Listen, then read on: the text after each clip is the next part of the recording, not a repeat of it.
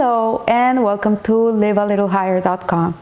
This week we read Parashah Ki Seitzei, and it's a parasha that is replete with different laws dealing with homes and with marriage and divorce, and it's all tons of laws. One of the laws that we learn in this Torah portion is when you build a new home, you must place a guardrail around your roof. So this is halacha, this is Jewish law, that when you have a home and your rooftop is like a balcony, like a rooftop, you're obliged by law, by Jewish law, to put a guardrail around the roof. And this is for the purpose to guard the guardrail, as the Torah itself goes on to say, is to keep people from falling off an enclosed roof. So this also applies to any danger that can be in a home. For example, if you have little kids and you have a swimming pool, you're obliged to put a rail around the swimming pool. Anything that can bring danger to another person in your home, you have to make sure that you take the precautions to avoid situations where people could be harmed. So this is in the normal logical level, but there's also a spiritual context to this law, as everything else. And this is from a siha of the Rebbe Menachem Mendel Schneerson of blessed memory, where he teaches us that our sages tell us that one's wife is considered as one's entire home. And so much so that Rabbi Yossi said, "I never called my spouse my wife, but my home." And there's a beautiful story in the book of the Tzaddik of Jerusalem that talks about Rabbi Aryeh Levine, who was a very holy man who lived in Jerusalem, and he used to do a lot of kindness even for prisoners in the prisons. And there's a story told of him that once when his wife had passed away, he went into a taxi, and the cab driver, everybody knew him. He says, "Rabbi Levine, should I take you home?" And he says, "No, I don't have a home anymore. My home is not here. My wife is not alive anymore. Just take me to the place where I eat and sleep." But in the Torah, the home is considered the wife. So in this context, when you build a new home, it refers to the beginning of one's marriage. It's talking about when a person gets married and sets a home. When he builds a home, he must take upon himself the yoke of earning a livelihood. This is obviously, this is an obligation of the husband to provide for the wife, for the children. And at such a time, a person's spiritual status may easily plummet. So what it's saying, what the Rebbe is telling us here, is that when a man starts working for a livelihood, when he starts working for the sustenance of his home, his spirituality can go down, because a person before he gets married, like, he has enough time for himself. And we're talking about people who are observant of the law, and usually men are learning Torah. But once he gets married and he starts working because he has to provide for his family, he's saying that at such a time, the spiritual status of a person can go down the drain. So the Torah therefore reminds the individual that since he's beginning a new home and a new lifestyle with a greater degree of immersion in physicality, he must build a guardrail. So a person that works, that is earning a livelihood, that's in the marketplace all day, he's dealing with business, with money, with people, with buyers, with sellers, with employees, with employers. Is a person that is immersed in the material world, and he has to be very careful that he doesn't fall from his spiritual state, and that's why he has to build around himself a guardrail, which clearly this guardrail is what's going to keep him protected in thoughts, in speech, and in action. When a man gets married, he shouldn't lose his spirituality. He has to have set times to learn Torah. He must have he's ordered to go to the synagogue and pray 3 times a day, and he must be always giving tzedakah and being kind to others. It's very important. So at times man's body is also referred to as its home. Also, this is in Vayevo, and it says that a person has to really take care of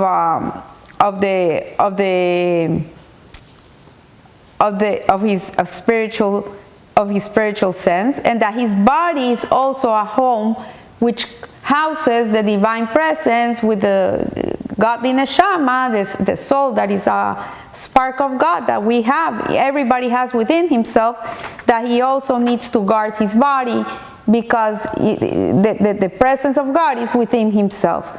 So it says that with a greater degree of immersion in physicality, he must build a guardrail and guard himself from not stumbling in the material world.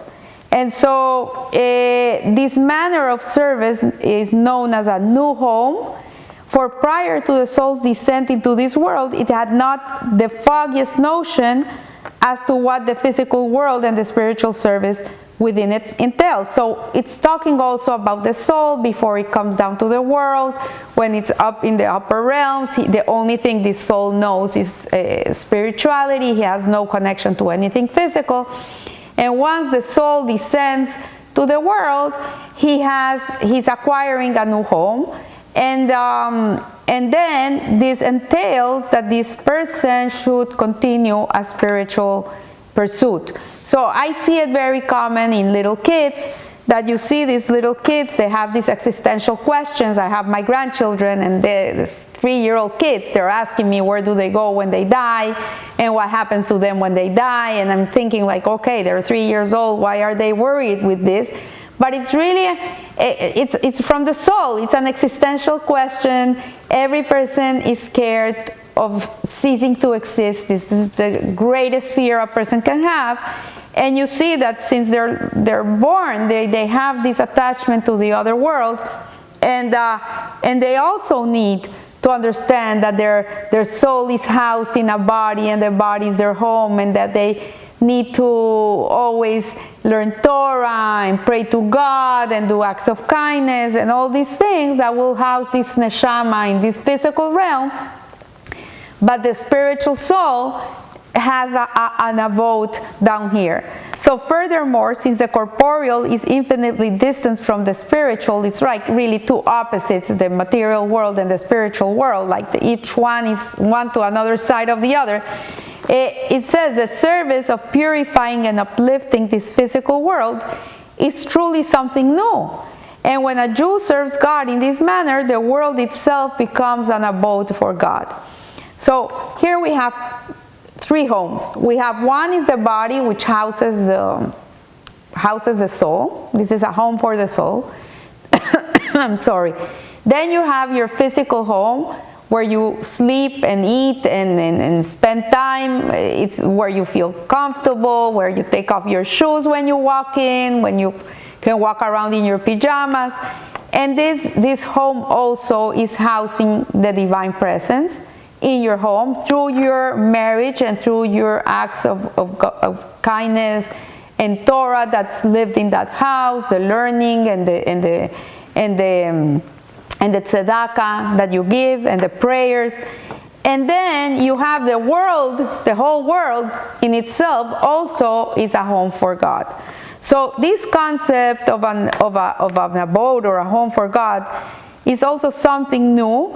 Prior to this manner of service, the degree of godliness that manifests itself in this lowly world is restricted. However, as a result of this manner of service, this physical world becomes an abode for God, and God himself is manifest within this world. So in the times of the temple, that was another home for God. Now we don't have a temple, and we're in exile, and the Shekhinah is in exile. So really the microcosm of this home that God asked Moshe to build for him in the desert, the tabernacle, which later on became the 2 temples in Jerusalem. Nowadays, this is the microcosm of this temple, is our home, our shuls, our synagogues, our homes, our bodies, they are a micro of God's home. The world itself is a home for God.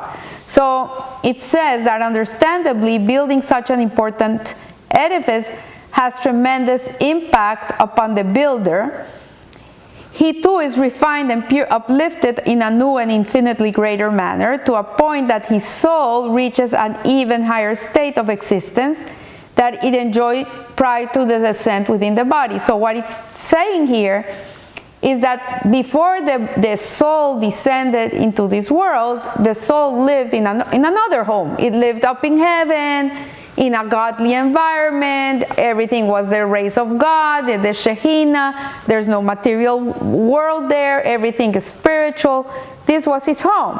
So now he comes down, this neshama, this soul comes down into this world. He's put inside of a body. He's put to sleep in a home. The whole world becomes a home for this soul. So there's an impact to the soul. There's an impact. The descent is traumatic for the soul. So what the soul needs to do is to refine the body. This is our job in life, is to refine our bodies. And when the person is refining the body through the way he thinks, through the way he speaks, through the way he acts, through learning Torah, prayer, and doing mitzvot, then this soul, this is the most amazing thing, is this soul that descends into this corporeal world, materialistic world, is elevated, and once it goes back home, back to the higher realm, the penthouse, let's call it, then he's going to come back in a more elevated stance than when he first came down. So the vessel that must serve as a receptacle to this new and lofty level of elevation is the act of self-nullification. A person needs to be tooled, needs to become self-nullified in order to be able to elevate himself. And how do we do this? How do we elevate ourselves? How do we nullify ourselves? And I said it in different classes, in different parashas, in different topics that we've discussed in Live a Little Higher, that there's two ways to live your life. And one is when life is about you, then everything is about you. And there's no way to elevate anything. But if life is not about you and it's about God, then your whole life becomes elevated. And that is what it means, nullification. I eat not because it tastes good in my mouth and I have immense pleasure with food. I eat because the act of eating allows me to elevate this world through blessings, through eating the proper foods, through having good intentions when I eat, to be able to have energy to serve God. And this is in itself is a way to elevate ourselves. So this then is the inner meaning of the guardrail, and these protective and these are preventive measures. And this guardrail that the person undertakes in the course of his spiritual service are the expression of his self-abnegation and acceptance of the heavenly yoke. And this enables him to fit a vessel to the new home. So there is a practical lesson in all this, and the Rebbe always brings it to the world, brings it very practical. And the message is clear. It says a person should not shut himself off from the rest of the world. He must build a home. So there's other practices in the world, other religions, where people shut themselves from the world. They don't dress nice, they don't have, like their homes are very simple, they eat very simple foods, they're abnegation. But the Jew is not here to stay away from the physicality.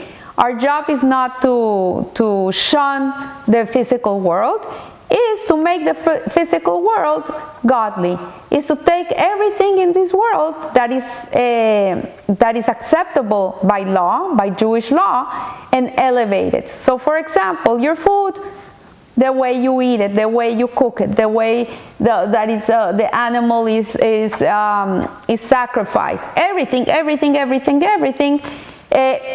elevates the material world, because that animal at the end, or the vegetable or the mineral that you're ingesting, is gonna become your blood, eventually, and this blood is what's gonna feed your body, and this is what's gonna recreate your body, like all your skin cells, all your eyes, everything is being recreated at every instance. When they say you are what you eat, it's true. And then you're taking all these tomatoes that you ate for lunch, and you're going and learning Torah. That energy that the tomato gives you is being elevated by your energy. That is being used either to learn Torah, to pray, or to do acts of love and kindness, or charity, mitzvot. So it says, for it is only through the descent within this world that the ultimate and truly new ascent is accomplished, above as well as below. On the other hand, one must know that in order to transform the physical into a vessel for godliness, a person must make a guardrail. He must remain apart from the physical world, grossness, and corporeality. So at the same time, it's a paradox. You have to use the physical, but at the same time, use it with caution. Like, don't be excessive. Don't fall into excess. Use it normally. Use it healthy, in a healthy way, with a good intention, in a good way. And in that way, although we're going to be busy with the physical world and physical things, they at the same time will become insignificant to us, because their true worth is in what they are used for. The worth of a nice china is not that it's a high how do you call this china that are super expensive, bone china with gold and all that. What gives it the meaning and the worth to the china is that you use it for Shabbat, you use it for Yom Tov, you use it in special occasions to elevate your home, to bring the food to be elevated through the act of eating, because you're eating because it's Shabbat and you have people in your house. So the worth of the china is not what you paid for it, it's what you use it for. So he knows and feels that the only reason he occupies himself with corporeality is in order to fulfill the divine intent of transforming this world into a home for God. So I found something very beautiful that I want to share, and is that the letter bet, which is the second letter of the alphabet, which also is bet, it means house, beit, house. The form of this letter is very interesting, because it also tells a whole story about the home. So if you look at the Hebrew letters, you're going to see that the bet has a roof on top and a floor on the bottom, and it has a vertical line coming down. So you have two horizontal lines and one vertical. This is the bet, and it has one opening. So these lines, the two vertical lines, the two horizontal lines, the one on top and one on the bottom, represent the east and the west, and the vertical line represents the south. The opening of the letter represents the north. So we're going to see. So the world is created with three pillars, which are Torah, prayer, and charity, or acts of kindness. And this is what really builds a home. A Jewish home has to have these three ingredients. If it doesn't have these three ingredients, then it's lacking. It's not a home. It's a place where people eat and sleep and spend time watching TV, but it's not a home. So we know that the path of the sun, it rises on the east, it sets on the west. And the Midrash says that this letter bet is similar to the construction of the world. And it says that we find land everywhere in the world, in the east, in the west, and the south. There's always land. Even if you go to the South Pole, under the snow, under the frozen snow, you're going to have Antarctica underneath, which is a whole continent, and it's land. if you go to the North Pole, under this